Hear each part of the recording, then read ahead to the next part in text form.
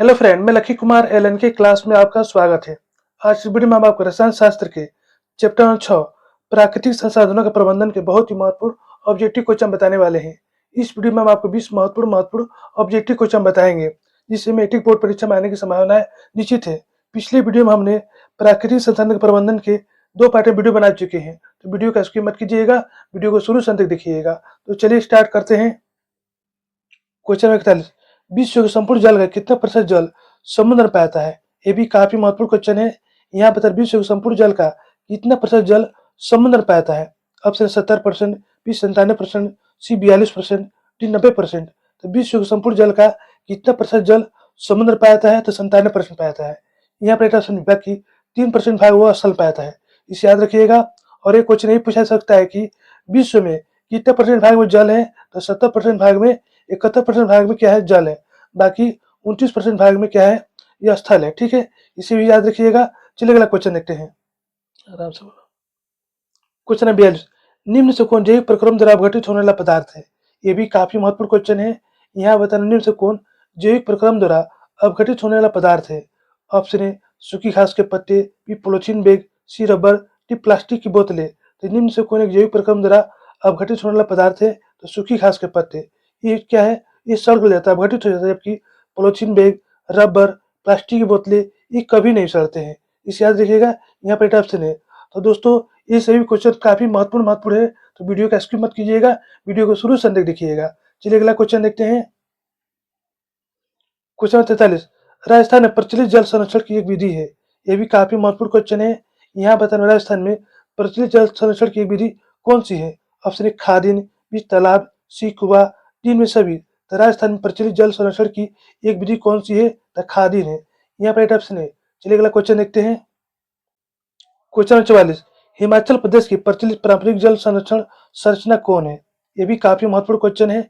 यहाँ बताना हिमाचल प्रदेश की प्रचलित पारंपरिक जल संरक्षण संरचना कौन है? ऑप्शन है कुल, बी तालाब, सी खादिन, डी कुआं। हिमाचल प्रदेश की प्रचलित पारंपरिक जल संरक्षण संरचना कौन है? तो कुल है। ठीक है, यहाँ पर ऑप्शन है, इसे भी याद रखिएगा, काफी महत्वपूर्ण क्वेश्चन है। चलिए अगला क्वेश्चन देखते हैं। क्वेश्चन नंबर 45, चिपको आंदोलन का संबंध गढ़वाल के किस गांव से है? ये भी काफी महत्वपूर्ण क्वेश्चन है। यहाँ बताना चिपको आंदोलन का संबंध गढ़वाल के किस गांव से है? ऑप्शन है पुपड़ी, बी रेनी, सी पोखरा, डी बलाहा। तो चिपको आंदोलन का संबंध गढ़वाल के किस गांव से है? तो रेनी गांव से है। यहाँ पर ऑप्शन है। अब चिपको आंदोलन की शुरुआत कब हुई थी? तो 1970 में हुई थी। ठीक है, 1970 में। अब चिपको आंदोलन कहाँ हुआ था, किस राज्य में? तो उत्तराखंड में राज्य में। ठीक है, उत्तराखंड राज्य के गढ़वाल जिले के रेनी गाँव में। इसे याद रखिएगा। चलिए अगला क्वेश्चन देखते हैं। क्वेश्चन 46, वन के निकट रहने वाले लोग वन पर किस प्रकार से निर्भर रहते हैं? ये भी काफी महत्वपूर्ण क्वेश्चन है। यहाँ बताना वन के निकट रहने वाले लोग वन पर किस प्रकार से निर्भर रहते हैं? ऑप्शन ए ईंधन प्राप्त होती है, बी वन उनके शिकार स्थल है, सी फल और पशु का चारा प्राप्त होता है, डी इनमें से सभी। तो वन के निकट रहने वाले लोग वन पर किस प्रकार से निर्भर रहते हैं? क्योंकि वन में क्या होता है कि उन्हें ईंधन प्राप्त हो जाता है, वन उनके शिकार स्थल भी है, और सी क्या है? फल और पशुओं का चारा प्राप्त होता है। ठीक है, ये सभी है। यहाँ पर ऑप्शन डी। चलिए अगला क्वेश्चन देखते हैं। क्वेश्चन नंबर 47, जैव विविधता का विशिष्ट स्थल कौन है? ये भी काफी महत्वपूर्ण क्वेश्चन है। यहाँ बताना जैव विविधता का विशिष्ट स्थल कौन है? ऑप्शन शहर, बी गांव, सी वन, डी में से कोई नहीं। तो जैव विविधता का विशिष्ट स्थल कौन है? तो वन होता है। ठीक है, यहाँ पर ऑप्शन सी। चलिए अगला क्वेश्चन देखते हैं। क्वेश्चन 48, कांच और प्लास्टिक जैसी वस्तुओं के प्रदूषण से पर्यावरण को कैसे बचाया जा सकता है? ये भी काफी महत्वपूर्ण क्वेश्चन है। यहाँ बताना आपको कांच और प्लास्टिक जैसी वस्तुओं के प्रदूषण से पर्यावरण को कैसे बचाया जा सकता है? ऑप्शन ए इन वस्तुओं का उपयोग न करके, इन वस्तुओं का पुनर्चक्रण करके, सी इन वस्तुओं का पुनः उपयोग करके, डी बी सी दोनों।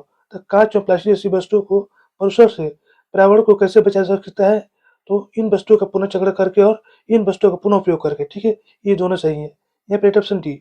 चलिए अगला क्वेश्चन देखते हैं। क्वेश्चन 49, किन वस्तुओं को सावधानीपूर्वक उपयोग करके बचाई जा सकती है? ये भी काफी महत्वपूर्ण क्वेश्चन है। यहाँ पर किन वस्तुओं को सावधानीपूर्वक उपयोग करके बचाई जा सकती है? ऑप्शन है पानी, बी बिजली, सी पेट्रोल, डी में से सभी। किन वस्तुओं को सावधानीपूर्वक उपयोग करके बचाई जा सकती है? तो पानी, बिजली, पेट्रोल, इन तीनों को। अब देखिए, पानी तो इस समय पृथ्वी पर बहुत ज्यादा है, लेकिन 3% जो पानी है पीने योग्य है, बाकी 97% जो पानी है वो पीने योग्य नहीं है। ठीक है, इसलिए हमें पानी को फालतू में नहीं गिराना चाहिए, ठीक है। बिजली की भी हमें बचत करनी चाहिए, पेट्रोल भी सीमित मात्रा में है, इसलिए इसका भी बचत करना चाहिए, यानी कि इन तीनों को हमें सावधानीपूर्वक उपयोग करना चाहिए। यहाँ पे राइट ऑप्शन डी। चलिए अगला क्वेश्चन देखते हैं। क्वेश्चन नंबर 50, गंगा के प्रदूषण का क्या कारण है? ये भी काफी महत्वपूर्ण क्वेश्चन है। यहाँ बताना गंगा के प्रदूषण का क्या कारण है?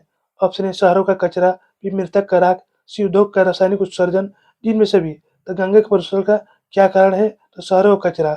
शहर का जो कचरा है उसको क्या किया जाता है कि गंगा में से बहा दिया जाता है, ठीक है। दूसरा है मृतक का राख, लोग क्या करते हैं जलाकर मृतक का जो राख होता है वो भी गंगा में बहा देते हैं, ठीक है। तीसरा है उद्योग का रासायनिक उत्सर्जन, ये भी जो है उत्सर्जन जो है इसे भी गंगा में बहा देते हैं, जिससे क्या होता है गंगा प्रदूषित हो जाती है। यहाँ पर राइट ऑप्शन डी। चलिए अगला क्वेश्चन देखते हैं। क्वेश्चन 51, गंगा नदी का उद्गम स्थल कहाँ है? ये भी काफी महत्वपूर्ण क्वेश्चन है, मैट्रिक परीक्षा में बराबर पूछा जाता है। यहाँ बता गंगा नदी का उद्गम स्थल कहाँ है? ऑप्शन है बिहार, बी उत्तर प्रदेश, सी गंगोत्री, तीन में से कोई नहीं। तो गंगा नदी का उद्गम स्थल कहाँ है? तो गंगोत्री है, ठीक है। यहाँ पर राइट ऑप्शन सी, इसे याद रखिएगा। चलिए अगला क्वेश्चन देखते हैं। क्वेश्चन 52, कोलीफॉर्म द्वारा प्रदूषित पानी से, यहाँ बताना कोलीफॉर्म द्वारा प्रदूषित पानी से क्या होता है? ऑप्शन ए हम स्वस्थ रह सकते हैं, बी हम बीमार रह सकते हैं, सी स्वास्थ्य पर कोई प्रभाव नहीं पड़ेगा, डी इनमें से कोई नहीं। तो कोलीफॉर्म द्वारा प्रदूषित पानी से क्या होता है? तो हम बीमार रह सकते हैं। यहाँ पर ऑप्शन बी, कोलीफॉर्म क्या है? एक प्रकार का जीवाणु होता है, ठीक है। चलिए अगला क्वेश्चन देखते हैं। क्वेश्चन 53, गंगा सफाई की योजना 1985 में शुरू की गई थी, क्योंकि यहाँ बताना गंगा सफाई योजना जो है 1985 में शुरू की गई थी, क्योंकि ऑप्शन ए गंगा का जल सूखने लगा था, बी गंगा के जल का गुणवत्ता कम हो गई थी, सी गंगा का जल अति शुद्ध था, डी इनमें से सभी। तो गंगा सफाई की योजना 1985 में शुरू की गई थी, क्योंकि गंगा का जो जल था उसकी गुणवत्ता जो है वो कम हो गई थी, ठीक है। यहाँ पर ऑप्शन बी। चलिए अगला क्वेश्चन देखते हैं। क्वेश्चन 54, सुरगम किस राज्य का जल संग्रहण व्यवस्था है? ये भी काफी महत्वपूर्ण क्वेश्चन है, मैट्रिक परीक्षा में बार बार पूछा गया है। यहाँ बताओ सुरगम किस राज्य की जल संग्रहण व्यवस्था है? Option A Himachal Pradesh, B Tamil Nadu, C Kerala, D Karnataka. सुरगम किस राज्य की जल संग्रहण व्यवस्था है? तो केरल की। यहाँ पर ऑप्शन सी, इसे याद रखिएगा, काफी महत्वपूर्ण क्वेश्चन है। चलिए अगला क्वेश्चन देखते हैं। क्वेश्चन 55, कोयला तथा पेट्रोलियम परंपरागत ईंधन है जो किसके परिवर्तन के कारण उत्पन्न होते हैं? ये भी काफी महत्वपूर्ण क्वेश्चन है। यहाँ बताना कोयला तथा पेट्रोलियम परंपरागत ईंधन है जो किसके परिवर्तन के कारण उत्पन्न होते हैं? ऑप्शन ए केवल प्राणियों के मृत शरीर द्वारा, बी केवल वनस्पतियों के मृत शरीर द्वारा, सी सागरीय प्राणियों के मृत शरीर द्वारा, डी इनमें सभी। तो कोयला तथा पेट्रोलियम परंपरागत ईंधन है जो किसके परिवर्तन के कारण उत्पन्न हुए हैं? तो केवल प्राणियों के मृत शरीर द्वारा, वनस्पतियों के मृत शरीर द्वारा, सागरीय प्राणियों के मृत शरीर द्वारा, इन तीनों द्वारा हुआ है, ठीक है। यहाँ पर राइट ऑप्शन डी। चलिए अगला क्वेश्चन देखते हैं। क्वेश्चन 56, प्राकृतिक जल मार्ग पर जो डैम कंक्रीट अथवा छोटे कंकड़ से बनाए जाते हैं उन्हें क्या कहते हैं? यहाँ बताना आपको प्राकृतिक जल मार्ग पर जो डैम कंक्रीट अथवा छोटे कंकड़ से बनाए जाते हैं उन्हें क्या कहते हैं?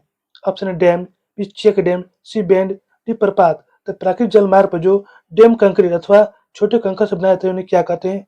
उन्हें हम चेक डैम कहते हैं, ठीक है। यहाँ पर ऑप्शन बी। चलिए अगला क्वेश्चन देखते हैं। क्वेश्चन नंबर 57, वो पदार्थ जैविक प्रक्रम द्वारा अपघटित हो जाते हैं, क्या कहलाते हैं? ये भी काफी महत्वपूर्ण क्वेश्चन है, मैट्रिक परीक्षा में बार बार पूछा गया है। यहाँ बताओ पदार्थ जो जैविक प्रक्रम द्वारा अपघटित हो जाते हैं क्या कहलाते हैं? ऑप्शन ए जैवनिर्णीकरण, बी अजैवनिर्णीकरण, सी अक्रिय, डी पर्यावरण। वो पदार्थ जो जैविक प्रक्रम द्वारा अपघटित हो जाते हैं, सड़ गल जाते हैं, उसे हम क्या कहते हैं? उसे हम जैवनिर्णीकरण कहते हैं, ठीक है। यहाँ पर राइट ऑप्शन है, और जो सड़ता गलता नहीं उसे हम क्या कहते हैं? अजैवनिर्णीकरण कहते हैं, ठीक है। चलिए अगला क्वेश्चन देखते हैं। क्वेश्चन 58, जैव विविधता के विशिष्ट स्थल क्या कहलाते हैं? यहाँ बताओ जैव विविधता के विशिष्ट स्थल क्या कहलाते हैं? ऑप्शन जंगल, बी पहाड़, सी जंतु, तीन में सभी। तो जैव विविधता के विशिष्ट स्थल क्या कहलाते हैं? तो जंगल कहलाता है, ठीक है।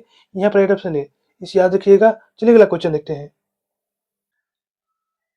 क्वेश्चन 59, वनों के संरक्षण के निम्न से किन प्रक्रियाओं को नियंत्रित करने की आवश्यकता है?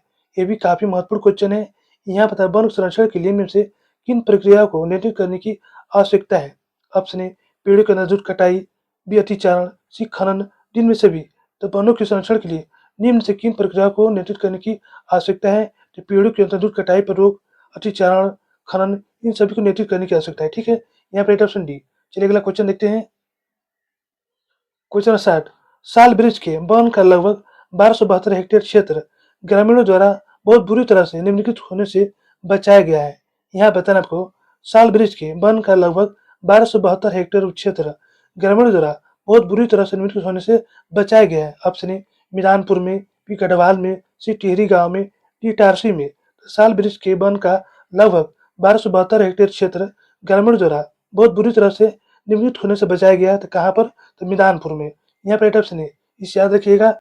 तो ये हमारा वीडियो समाप्त होता है। यहाँ पर हम आपको 20 महत्वपूर्ण ऑब्जेक्टिव क्वेश्चन बता दिए हैं, इसे अच्छे से याद कर लीजिएगा। यदि हमारी वीडियो आपको अच्छी लगती हो तो लाइक सब्सक्राइब जरूर कीजिएगा, बेल आइकन जरूर दबाइएगा, जिससे नए वीडियो का नोटिफिकेशन आपको मिलता रहे। धन्यवाद।